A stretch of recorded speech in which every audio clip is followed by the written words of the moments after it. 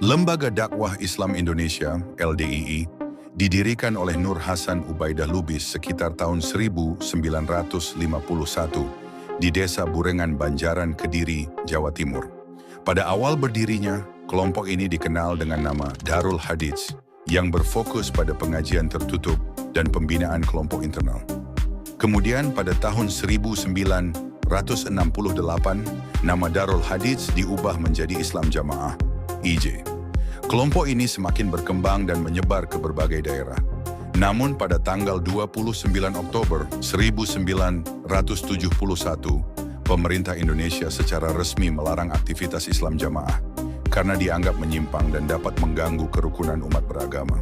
Setelah pelarangan tersebut, pada tanggal 1 Januari 1972, Islam Jamaah berganti nama menjadi Lemkari, Lembaga Karyawan Islam atau Lembaga Karyawan Dakwah Islam, dan mulai berada di bawah naungan Golkar, partai politik yang saat itu berkuasa.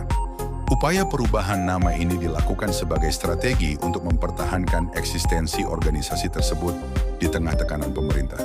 Namun pada tahun 1988,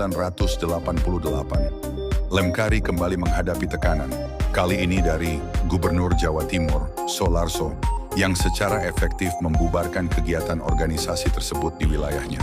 Sebagai respons, pada bulan November 1990, digelar musyawarah besar Lemkari di Asrama Haji Pondok Gede, Jakarta. Dalam musyawarah ini, atas anjuran Menteri Dalam Negeri saat itu, Rudini, organisasi ini resmi mengganti nama menjadi Lembaga Dakwah Islam Indonesia, LDII. Penyimpangan-penyimpangan yang dituduhkan terhadap LDII. Akidah takfiri LDII dituduh memiliki paham takfiri, yaitu menganggap semua umat Islam di luar kelompok mereka sebagai kafir, meskipun orang tersebut telah mengucapkan 2 kalimat syahadat, menjalankan rukun Islam, dan menjalani kehidupan sesuai dengan ajaran Islam.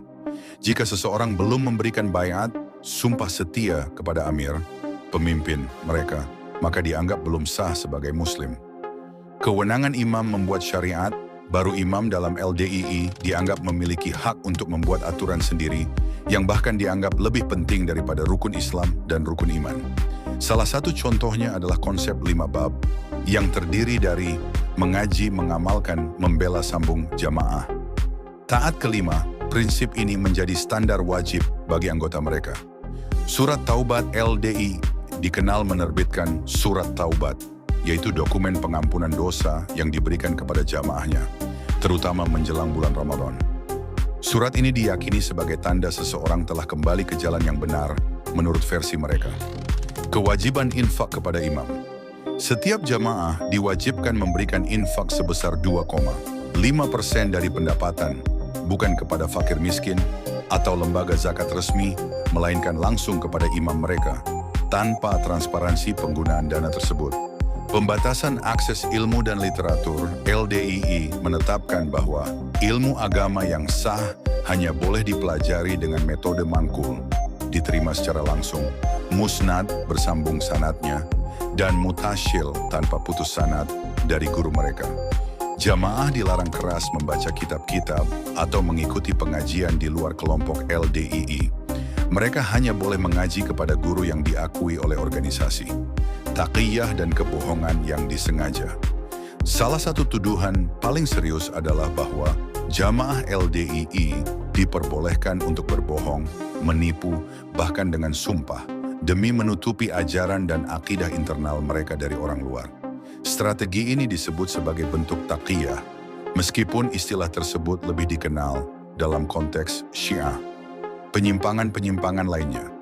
Masih banyak tuduhan lainnya yang diarahkan kepada LDII, baik dari sisi akidah, syariat, maupun sosial.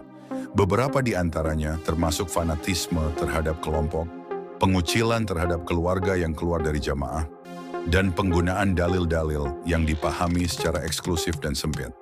Praktik pernikahan tertutup, nikah dalam, LDII juga membedakan pernikahan antara nikah dalam, yaitu pernikahan antar sesama jamaah LDII yang dianggap sah secara spiritual. Nikah luar, yaitu pernikahan di kantor urusan agama, KUA, yang dilakukan di luar kontrol imam dan dianggap tidak sah menurut pandangan mereka. Kesimpulan, LDII merupakan kelompok yang berawal dari gerakan lokal, namun berkembang menjadi organisasi besar dengan struktur dan ajaran tertutup. Sejumlah penyimpangan akidah dan syariat telah menimbulkan keresahan di kalangan umat Islam. Oleh karena itu penting bagi masyarakat untuk mewaspadai ajaran-ajaran menyimpang serta mengembalikan pemahaman Islam kepada sumber yang sahih. Al-Quran dan Sunnah Rasulullah SAW berdasarkan manhaj para ulama Ahlus Sunnah wal Jamaah.